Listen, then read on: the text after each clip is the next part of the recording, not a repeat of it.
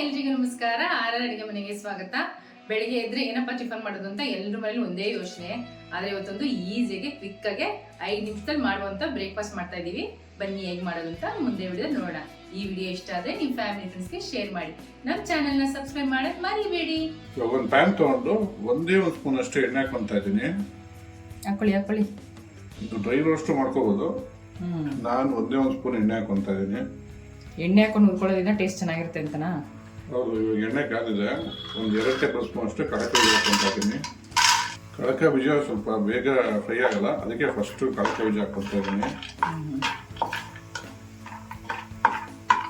ನೋಡಿ, ಕಡಲೆ ಬೀಜ ಸ್ವಲ್ಪ ಫ್ರೈ ಆಗ್ತದಂಗೆ 1 ಟೇಬಲ್ ಸ್ಪೂನ್ ಅಷ್ಟು ಮೆಣಸು ಹಾಕೊಂತಾ ಇದ್ದೀನಿ. ಒಂದು 1/4 ಟೇಬಲ್ ಸ್ಪೂನ್ ಅಷ್ಟು ಮೆಂತ್ಯ, ಒಂದು ಅರ್ಧ ಟೇಬಲ್ ಸ್ಪೂನು ಜೀರಿಗೆ, 1 ಟೇಬಲ್ ಸ್ಪೂನ್ ಅಷ್ಟು ಉದ್ದಿನಬೇಳೆ, ಒಂದು 2 ಮೆಣಸಿನ್ಕಾಯಿ ಹಾಕೊಂತಾ ಇದ್ದೀನಿ.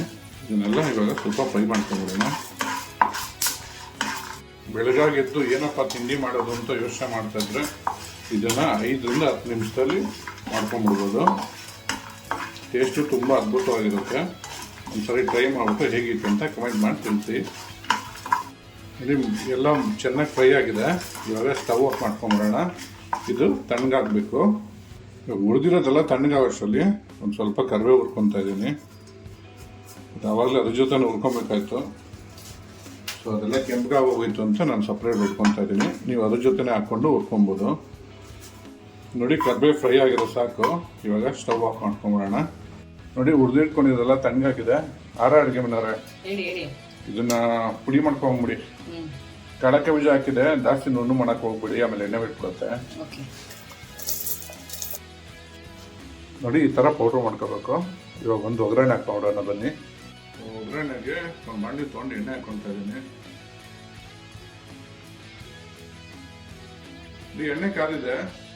ಸಾಸಿವೆ ಹಾಕೊತಾ ಇದ್ದೀನಿ, ಒಂದು ಅರ್ಧ ಟೇಬಲ್ ಸ್ಪೂನ್ ಅಷ್ಟು, 1 ಟೇಬಲ್ ಸ್ಪೂನ್ ಅಷ್ಟು ಉದ್ದಿನಬೇಳೆ, 2 ರಿಂದ 3 ಮೆಣಸಿನ್ಕಾಯಿ, ಒಣಮೆಣಸಿನ್ಕಾಯಿ. ಅಡುಗೆ ಮಾಡೋದು ಏನಾದ್ರು ಒಂದು ಸ್ವಲ್ಪ ಮಾತಾಡಿ ಬಂದರೆ ಅದು ಸಮಾಧಾನ ಇಲ್ಲ. ನೀವು ಬರೀ ಮೆಣಸಿನ್ಕಾಯಿ ಅಂದ್ರೆ ಅದಕ್ಕೆ ನಾನು ಒಣಮೆಣಸಿನ್ಕಾಯಿ ಅಂದೆ. ಹೌದಾ? ಹಾಕಿ, ಹಿಂಗೆ ಹಾಕಿ, ಸ್ವಲ್ಪ ಸಾಕಾ? ಇಷ್ಟು ಹಾಕಿ. ಸ್ವಲ್ಪ ಕರಿಬೇವು ಹಾಕಿ. ಅಡುಗೆ ಮಾಡೋದು ಇವತ್ತು ನೀರಲ್ಲಿ ಮುಳುಗಿಸಿಲ್ಲಪ್ಪ, ಅಂದ್ರೂ ಚಿಟ ಅಂದಿದೆ. ಮಾಡಿಸಿಲ್ಲ. ಇವತ್ತು ಆಲ್ರೆಡಿ ವಾಶ್ ಮಾಡಿ ಡ್ರೈ ಮಾಡಿ ಇಟ್ಬಿಟ್ಟಿದ್ದೀವಿ. ಅದಕ್ಕೆ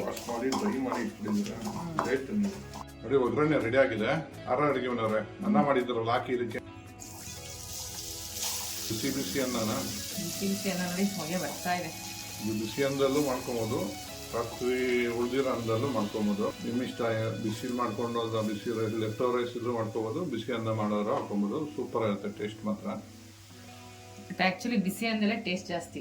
ಅಡುಗೆ ಮನೆಯವರೇ, ರುಚಿಗೆ ತಕ್ಕಷ್ಟು ಉಪ್ಪು ಹಾಕಿ. ಇವಾಗ ಸಾಕಾ? ಸಾಕು. ನೆಕ್ಸ್ಟ್ ಇವಾಗ ಏನು ಹಾಕೋಬೇಕು? ಪೌಡ್ರ್ ಮಾಡಿ ಇಟ್ಕೊಂಡಿದ್ವಲ್ಲ, ಅದು ಹಾಕಿ. ಎಷ್ಟು ಸ್ಪೂನ್ ಹಾಕ್ಲಿ? ಒಂದು 2 ಸ್ಪೂನ್ ಹಾಕ್ಲಾ? 2, ಅದಕ್ಕೆ ಎಷ್ಟು ಬೇಕೋ ಅಷ್ಟು ಇಡ್ಸುತ್ತಾ ಅಷ್ಟು ಹಾಕಿ. 3 ಸ್ಪೂನ್ ಹಾಕಿ. 3 ಸ್ಪೂನ್ ಹಾಕಿದ್ದೀನಿ. ಹಾಕಿ ಕಲಿಸ್ಕೊಳ್ಳಿ.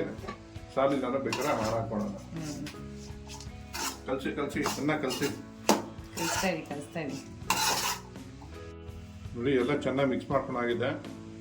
ಇವಾಗ ಫಿನಿಶಿಂಗ್ಗೆ ಮೇಲ್ಗಡೆ ನಮ್ಮ ಅಡುಗೆ ಮನೆಯವರು ಕೊತ್ತಂಬರಿ ಹಾಕೊತಾ ಇದ್ದಾರೆ. ನೋಡಿ, 5 ನಿಮಿಷದಿಂದ 5ರಿಂದ 10 ನಿಮಿಷದಲ್ಲಿ ನಮ್ಮ ಪೆಪ್ಪರ್ ರೈಸ್ ರೆಡಿ ಆಗೋಯ್ತು. ಪೆಪ್ಪರ್ ರೈಸ್ ರೆಡಿ ಆಗಿದೆ. ಟ್ರೈ ಮಾಡಿಬಿಟ್ಟು ಹೇಗಿತ್ತು ಅಂತ ಕಮೆಂಟ್ ಬಾಕ್ಸಲ್ಲಿ ತಿಳಿಸಿ. Thanks for watching our video.